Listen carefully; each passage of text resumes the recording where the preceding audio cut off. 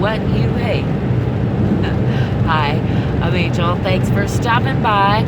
I see this a lot where we complain about something we don't like and we essentially become what we don't like. We give ourselves to it. We give our time and attention and power and energy to the very thing that we're despising. And it really doesn't make sense. If you think about it at all, it's easy to see. You should give your time and attention and energy to what you love, and then that's going to grow. When you give your time and attention and energy to what you don't love, then that's what grows. It's real basic. It's some people call it the law of attraction, but I'm trying to veer away from that because I think it misleads people. Just like we don't call it the law of gravity. It's really just attraction. It's just the way that attraction works. Like attracts like. The resonance of vibration causes vibration to be similar around it. And if you're too out of sync with something, you just won't. You'll repel each other. You'll bounce off, or you won't even notice each other interact. Right? It's only certain waveforms that are close enough to resonance that can interact. Sometimes harmoniously and sometimes disharmoniously. So to me, the idea behind what's called the law of attraction is that whatever you put your attention to, whatever you like, it's like, I like the radio dial analogy. Whatever you tune to is what you're going to be receiving. So tune to what you love. Tune to more of what you like, and then you're going to get more of what you like. Don't tune to what you don't like. Don't watch crap that makes you angry. Like, why would you do that? Watch and let in, just like you should be selective about what you ingest through your mouth and through your body.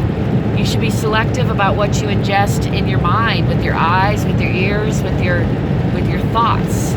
And in fact, I think thoughts are probably the biggest realm that is currently underappreciated, because that doesn't even take input from others. This is an area I feel especially qualified to speak to, because I was putting a lot of good stuff, a lot of healthy food, a lot of good, documentaries and things in my mind, but what I was allowing to play, the track that was playing in my mind was very negative and self-critical and even self-loathing. And I know that I'm not alone in this. Now that I've caught that in myself, or learned to recognize that in myself, I see it in other people all the time around me. And I still find it in myself sometimes, but much less of the time, because now that I'm training myself to recognize it, as soon as I recognize it, I just flip the switch. So stop the track in its tracks and counter it with the exact opposite positive. So if I'm playing the track of I'm unworthy and I'm unlovable, just switch that to I am worthy and I am lovable. It's that simple.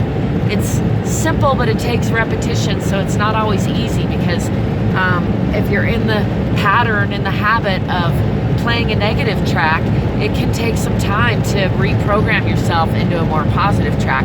And if you keep allowing in the same, like if you have the same group of friends and the same TV program and the same, sugary cereal, just for example, that you're allowing in, those things are likely to trigger the same track. So it's important to shake things up, change things, disrupt your pattern.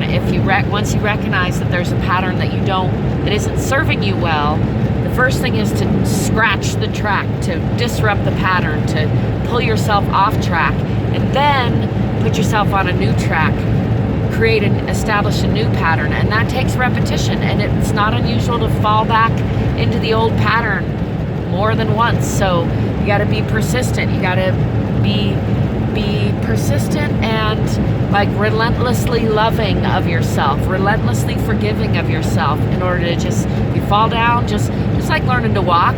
How many times did you fall when you were learning to walk? Probably countless times. Most of us. Some of us just were born walking. No, I'm just kidding. I don't think I was quite born walking. Maybe talking, but not walking. Anyway, the point is that for the things that are worth doing, for those evolutionary things, it doesn't do you any good to focus on how many times you failed. Just like focusing on what you don't want. You focus on your successes, focus on what you love, you focus on where you're aiming for, and when you fall, you just get up and keep trying. You get up, learn from your mistakes, and try again. You catch yourself focusing on what you don't want and getting more of that, just stop it. Don't beat yourself up. Just say, oh, silly me. Forgive yourself and remind yourself what you do want and focus on that. And it will flow right to you. That's my experience. I'd love to know if you want to share your experience in the comments and experience section below. As always, you can find lots of ways of connecting with me, and I hope you'll look in the description for ways to support me. You can check out my website, check out my podcast, check out my music, my books, my courses. Check it out. Look me up on all the other social media platforms, or check me out right here. Leave me a comment and I'll get back to you. As always, I wish you love, lightheartedness, peaceful conflict resolution. Don't forget to drive forward and play every day.